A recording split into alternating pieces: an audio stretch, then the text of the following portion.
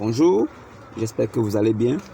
Et shalom à tous ceux qui ont en commun avec nous le Seigneur Jésus, parce que il est dit que tout genou fléchira dans les cieux, sur la terre, sous la terre et dans tout l'univers à ce nom de Jésus.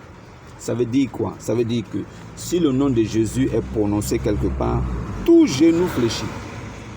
Si le nom de Jésus est prononcé dans le ciel, tout genou fléchisse là-bas. Alors si Dieu est à part et que le nom de Jésus est prononcé au ciel, tout genou, on n'a pas dit tout genou excepté ceux de Dieu, on a dit tout genou fléchisse. Donc ça veut dire que tout genou fléchira à chaque fois que je prononcerai le nom de Jésus-Christ. Même les genoux de Dieu fléchiront au ciel. Pour ceux qui pensent que Dieu est au ciel là, les genoux de Dieu là-bas au ciel vont fléchir aussi. Jésus a dit, personne n'est monté au ciel si ce n'est celui qui est descendu du ciel, le Fils de l'homme qui est dans le ciel. Vous ne comprenez rien du tout. Alors, le but de cette vidéo aujourd'hui, c'est de parler de la divinité de Jésus. Parce que j'entends beaucoup parler de la divinité de Jésus. Oh, Jésus n'est pas Dieu. Bon, surtout les musulmans. Vous voyez, moi je reviens encore chez les musulmans. Parce que les bouddhistes, ils n'ont rien à voir avec le christianisme. Ils ne se réclament pas d'Abraham. Les Nkanka, je ne sais pas d'où ils se réclament. Les christianismes célestes, eux, ils ne sont pas sur la terre. Eux, leur christianisme là, c'est pratiqué au ciel. En fait, eux, ils ne devaient même pas venir sur la terre. Leur présence sur la terre ici là est inutile. Eux, ils devaient naître au ciel, faire évangéliser là-bas, en fait, essayer de convaincre le plus de personnes de croire en Jésus étant au ciel, sans venir sur la terre. Parce que le christianisme là, c'est une idéologie, c'est l'idéologie de Christ. Alors, il n'est pas question que quelqu'un veut épouser l'idéologie de Christ et il va au ciel pour aller l'épouser. C'est sur la terre des hommes qu'il faut croire en Jésus, prendre son baptême pour être sauvé. Parce qu'il n'y a qu'un seul sauveur. Dans tous les livres qui parlent d'Abraham, de Moïse et de tout le reste, il n'y a qu'un seul sauveur.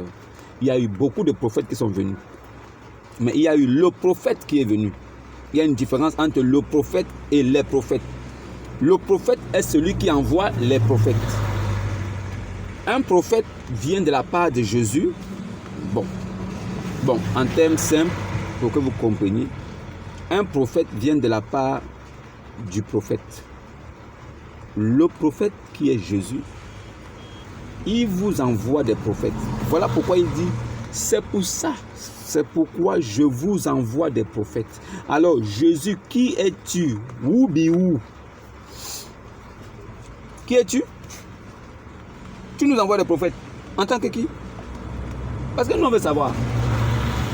Nous, on se pose des questions, on se lamente, on se dit, Jésus, est-ce qu'il est Dieu? Musulman encore, c'est grave. En fait, ceux qui peuvent même mourir à cause de ça, c'est musulmans. Mais ils ne savent pas qu'en prenant déjà le thème, la divinité de Jésus, ça veut dire que Jésus est au-dessus de tout ce qui est sur la terre. Il est même au-dessus de l'islam et il est au-dessus de Mohammed. Mohammed est né d'un père et d'une femme, père et mère, qui ont fait des rapports sexuels. Il est né. Son père est connu, sa mère est connue. Jésus, il n'est pas né d'un père, on ne connaît pas son père. On sait que la femme qu'il a portée, c'est Marie. Parce que le Coran dit, nous lui insoufflons notre esprit. Ça veut dire que Dieu Tout-Puissant a pris son esprit, il l'a mis dans le ventre de Marie. Voilà comment Jésus est né. Et si Jésus est né de façon extraordinaire, de façon incroyable, c'est un mystère de Dieu seul, alors qui est-il? Il porte la paternité de qui? Étant lui-même esprit de Dieu. Bon, ce n'est pas tout ce qui nous intéresse aujourd'hui. En fait, divinité de Jésus là. Pourquoi dit-on que Jésus c'est Dieu? Il n'y a pas un seul homme qui est sans péché, qui n'est pas menteur et qui a vécu sans péché, qui est mort et qui est ressuscité. Il n'y a pas aussi un prophète qui est venu sur la terre, qui a vécu sans péché et qui est mort et qui est ressuscité. Si Jésus est un prophète, les autres avant lui étaient des prophètes. Celui qui est venu après lui était aussi un prophète. Pourquoi tous ne sont pas ressuscités? Si vous me dites tout de suite pourquoi tous ne sont pas ressuscités, je vais croire que Jésus n'est pas Dieu. Tout de suite. Parce que je sais une chose. Jésus est ressuscité parce que c'était lui le grand Dieu Tout-Puissant. La terre ne pouvait pas le garder étant Dieu Tout-Puissant.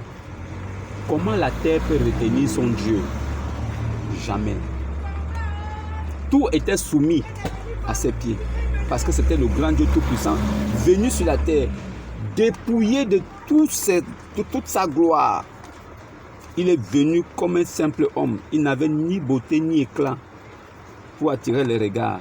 Il était semblable à un serviteur, pas à un roi, un serviteur. Il était au service de la nation. Il était au service d'Israël, au service de Jérusalem. Il était au service d'Israël. Il était à notre service. Il n'est pas venu pour que nous on le serve, mais pour que nous soyons servis par lui. Pour qu'en montrant cet exemple, tous ceux qui viendront par lui, en lui, feront ce que lui aussi l'a fait. Qui est au-dessus de Jésus pour venir faire plus que ce que Jésus a fait? Qui va dire que moi je suis venu, c'est Jésus qui m'a envoyé, mais je vais faire plus que lui? Le jour que tu meurs, tu dois ressusciter. Parce que si tu ne ressuscites pas, nous on va aller profaner ton tombeau là-bas. On va aller brûler même tes os. Parce que tu es un maudit. Beaucoup de prophètes, des hommes d'aujourd'hui, de Dieu, s'accaparent des mystères qui n'est pas les siens. Oh non, je suis prophète. Oh, je te prophétise. J'ai vu ça, j'ai vu ça, j'ai vu ça. Oh, Dieu m'a vu, Dieu m'a parlé. Tu vas faire ça, tu vas faire ça, tu auras ça. Il ne donne pas le délai. Tu auras ça, tu auras ça. Quand un prophète de Dieu dit quelque chose, il doit donner un délai d'accomplissement pour que cela arrive et que les hommes sachent qu'il est vraiment de Dieu. Comment peux-tu faire une prophétie et me dire que non, il faut le code?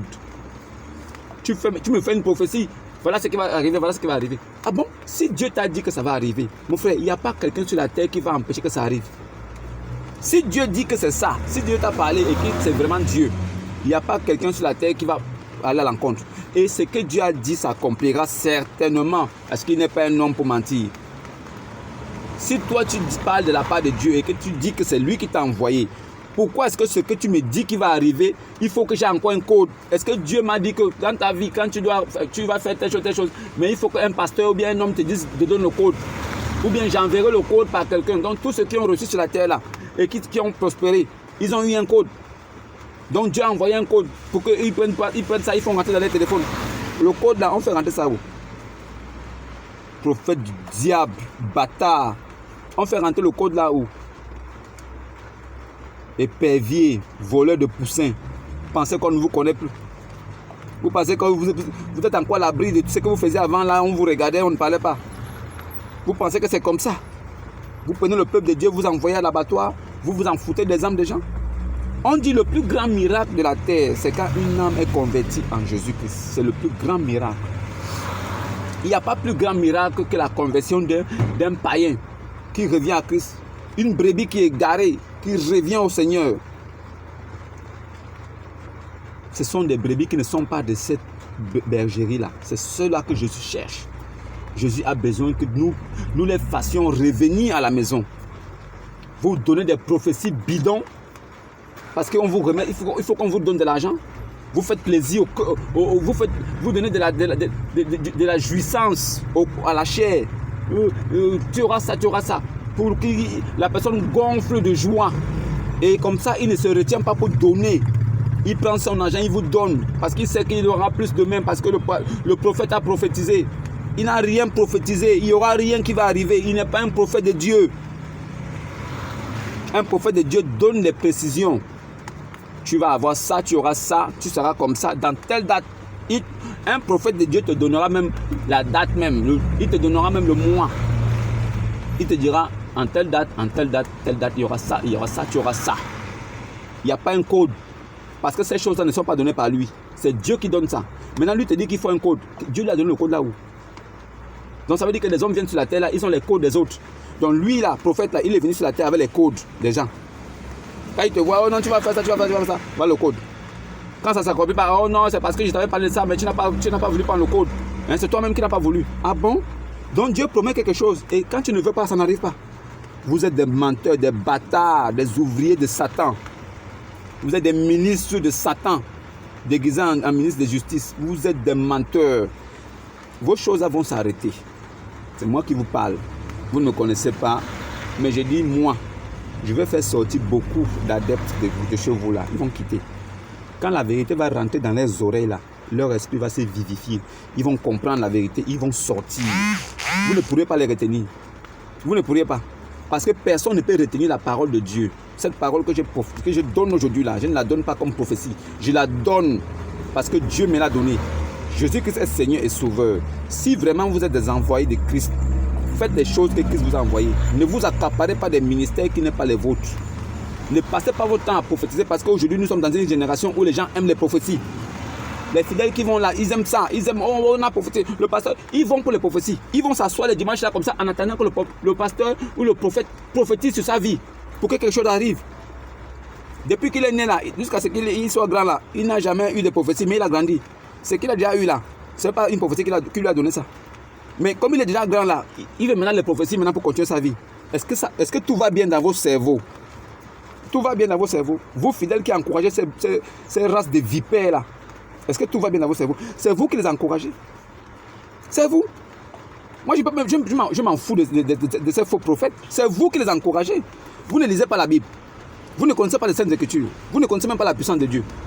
Comment pouvez-vous permettre qu'un bâtard comme ça, il se fait un nom, une réputation sur votre dos, avec votre argent? Il joue avec votre sens. Il n'y a rien dans votre cerveau. Tous les diplômes que vous avez là, c'est cadeau. Comment? Vous vivez où? Non, on va prophétiser sur moi. On va me donner le code. Quel code? Vous faites quoi avec le code? Donc tout ce qui arrive aux hommes sur la terre là, c'est le code. Ah, donc, moi je n'ai pas encore reçu mon code. Je viendrai te voir, prophète. Tu vas me donner le code. Parce que les prophéties qu'on m'a données là, ne sont pas encore accomplies. C'est le code qu'il me faut. Donc, je veux un code de déverrouillage pour déverrouiller la prophétie. Et c'est ce que vous passez votre temps à dire aux fidèles. Il faut que tu lui donnes le code pour déverrouiller sa prophétie. Maudit, il te donne le code. Des bâtards comme ça. Des boucs, ouvriers de Satan, de malheur. Vous avez assez perverti l'écriture comme ça. Vous pensez que ça va continuer? Vous croyez que ça va... J'ai dit ça va s'arrêter. Moi je marque la fin du règne de beaucoup des anti-messianiques. Je marque la fin de votre règne. Vous ne me connaissez pas. Mais moi je vous connais. Je vous connais à travers les œuvres que vous avez déjà faites. Moi je ne vous juge pas à travers ce que vous feriez demain. Je vous juge à travers ce que vous avez déjà fait et que j'ai vu. J'ai pris note et je sais que ce que vous avez fait là n'est pas de Dieu. C'est pour ça que je viens vous réprimander ici. Et pour vous dire d'arrêter ça. Si vous n'arrêtez pas, vos fidèles qui verront ces vidéos là vont commencer à vous poser des questions. Et quand ils vont commencer à vous poser des questions, ils sortiront de là. Parce que vous n'aurez pas de réponses. Les réponses que vous devez donner, ce sont des réponses qui doivent sortir de la Bible. Pas à travers votre façon de voir les choses, votre philosophie, mais à travers ce qui est écrit. La parole de Dieu est simple, limpide, tu lis, tu comprends. Maintenant, la révélation cachée derrière, quand tu as le Esprit Saint, tu vas comprendre. Si quelqu'un doute de la divinité de Dieu, de Jésus-Christ, Jésus n'est pas Dieu. Moi, je vais poser seulement une seule question. Pourquoi Jésus est l'alpha et l'oméga? Pourquoi Jésus-Christ est l'alpha et l'oméga? Pourquoi Jésus-Christ est le seul à être ressuscité des morts? Pourquoi Jésus-Christ dit que personne n'est monté au ciel si ce n'est celui qui est descendu, le Fils de l'homme qui est dans les cieux? Pourquoi Jésus-Christ dit que quand le Fils de l'homme reviendra sur sa gloire, avec toute l'armée des cieux viendront avec lui. Mais si toute l'armée des cieux viendra, si toute l'armée vient avec lui là, qui va rester au ciel avec Dieu là-bas? Si je t'en conjure devant Dieu et devant Jésus-Christ, qui viendra juger? Pourquoi Dieu et Jésus viendra juger? Vous ne comprenez pas que l'un est dans l'autre? Vous ne voyez pas ça?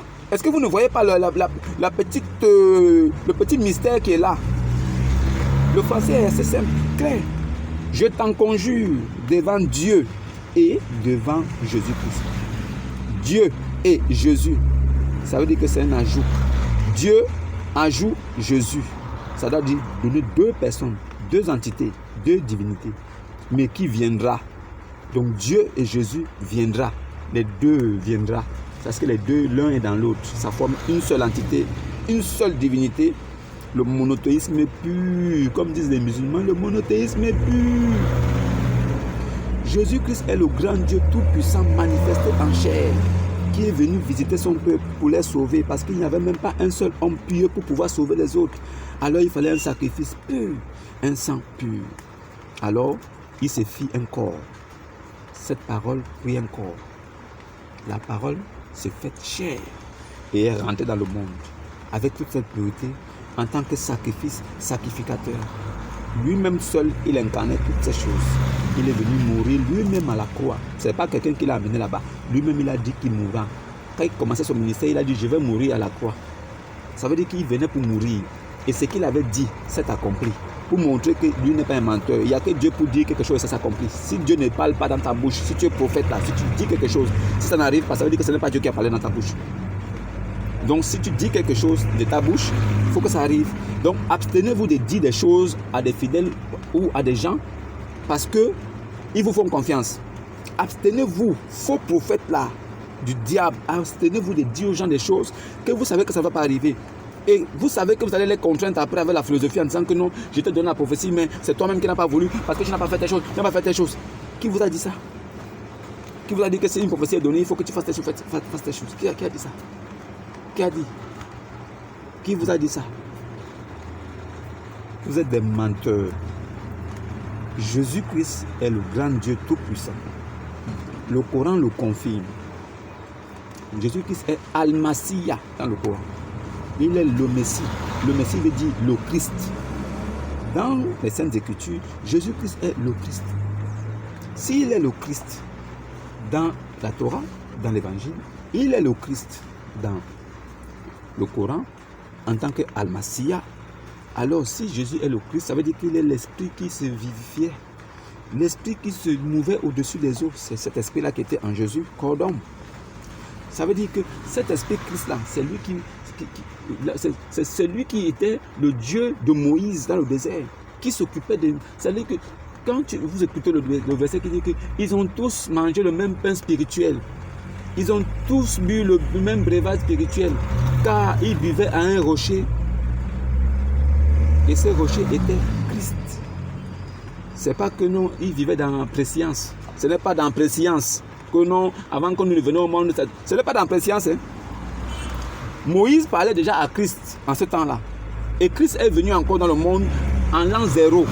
Et en l'an 32, les gens parlaient encore avec lui en face. Alors qu'il est pour que en 3000 ans avant, il parlait avec Moïse. Et que 3000 ans après, il parle encore avec les gens. Quel esprit? Vous qui dites que Jésus n'est pas Christ là, il n'est pas Dieu là. Vous parliez avec qui? Il y a de cela 500 ans. Pourquoi aujourd'hui vous venez encore nous parler? Vous étiez où? Qui vous connaît? Vous doutez de la divinité de Jésus. La récompense pour vous est déjà assurée. Tous ceux qui doutent de Jésus ont une récompense assurée. Ce n'est pas quelqu'un, c'est pas un homme qui va leur donner ça.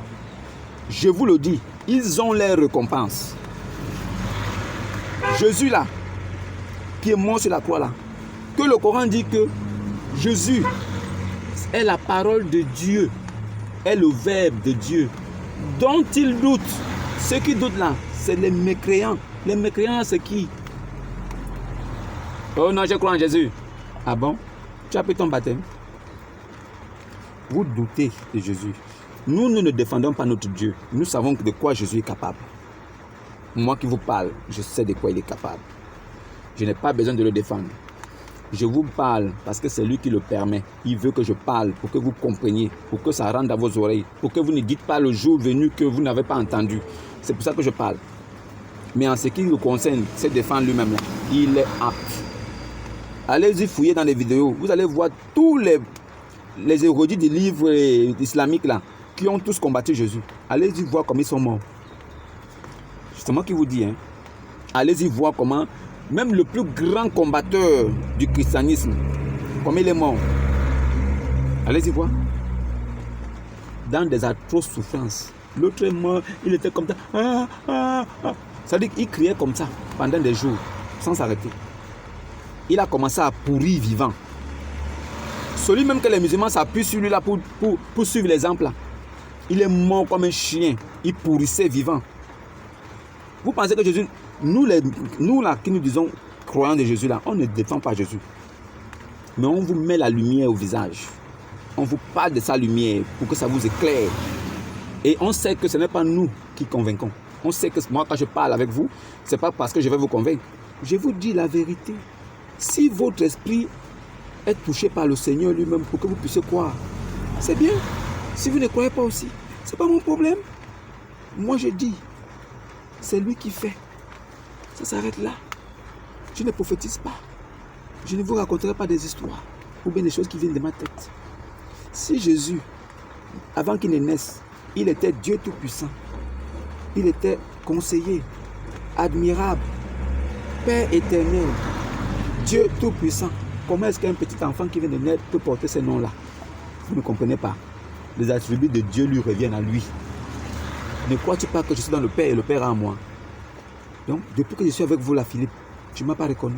Celui qui m'a vu là, a vu le Père. Comment dis-tu que montre-moi le Père?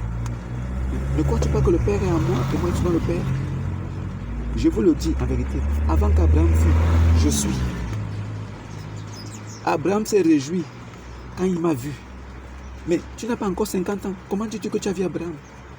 En vérité, je vous le dis. Avant que Abraham ne fût, je suis. Hein? Abraham m'a vu et il s'est réjoui. Quand Dieu et 2 anges allaient détruire Sodome et Gomorrhe, les 3 hommes qui ont apparu devant Abraham, Abraham s'est prosterné devant un seul pour dire Seigneur. Il l'a adoré.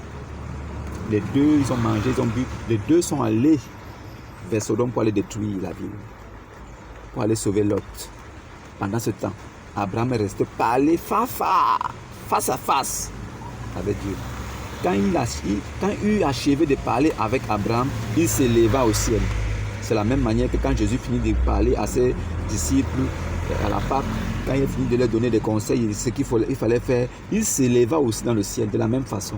Qui il est si ce n'est pas Jésus, si ce n'est pas Dieu? Qui il est si ce n'est pas Dieu? Les gars, j'ai une joie incommensurable quand je parle de Jésus. Parce que ces mystères-là sont tellement beaux et il y a du plaisir. Moi, j'ai goûté Jésus, hein. Je l'ai goûté et j'ai vu qu'il était bon. Et moi, j'ai pris tout le plat, quoi. Je vais manger ça. Il ne laisse plus. Si vous ne voulez pas goûter, hein, c'est à votre niveau. Personne ne vous force. Si vous dites que le porc, manger porc là, c'est péché. Ou bien boire le vin, c'est péché là. Dieu là, il est fou. Il a créé le vin, il a créé le porc. Jésus avait chassé les démons, il a mis dans le porc. Ils sont allés tomber. Mais qu'est-ce que les porcs là faisaient à Jérusalem? Qu'est-ce que les porcs là faisaient dans la zone d'Israël? Comment est-ce que quelque chose peut être interdit et les gens élèvent ça? Vous avez déjà posé la question là? Que si vraiment les porcs là étaient vraiment maudits, pourquoi est-ce qu'ils élevaient ça en ce moment-là? Vous ne comprenez rien. Vous êtes perdus, vous êtes là comme ça, vous vous baladez. Vous n'avez aucune référence. Nous, on sait de quoi on parle. Parce que la lumière est en nous. Et cette lumière-là, on va vous la donner. On va donner à ceux qui ne l'ont pas. Donc, réjouissez-vous. Il faut venir goûter le Seigneur Jésus. Si vous voyez qu'il est bon, rapprochez-vous. Et si vous vous rapprochez, posez des questions. Il y a des réponses à tout le monde. Je vous dis qu'il n'y a pas de secret. La chair n'a aucun secret pour l'esprit. Mais c'est l'esprit qui a des secrets pour les hommes, pour la chair. Si Dieu nous a donné cette faculté d'avoir cette connaissance-là, si l'esprit qui est en moi m'a permis d'avoir ces choses-là, c'est pour vous les partager, pour que vous soyez comme moi et que vous ne soyez plus dupés et trompés par des faux prophètes, faux pasteurs qui se baladent dans les villes. Là. Les faux prophètes qui vous racontent des bêtises. Croyez en Jésus. Croyez en moi, ce que je dis. Si c'est faux, allez-y vérifier les Écritures. Si vous vous rendez compte que ce que je dis est faux, écartez ça. Mais si vous constatez que ce que je vous dis est la vérité, alors adoptez ça et que Jésus-Christ vous bénisse. Shalom à tous et à la prochaine.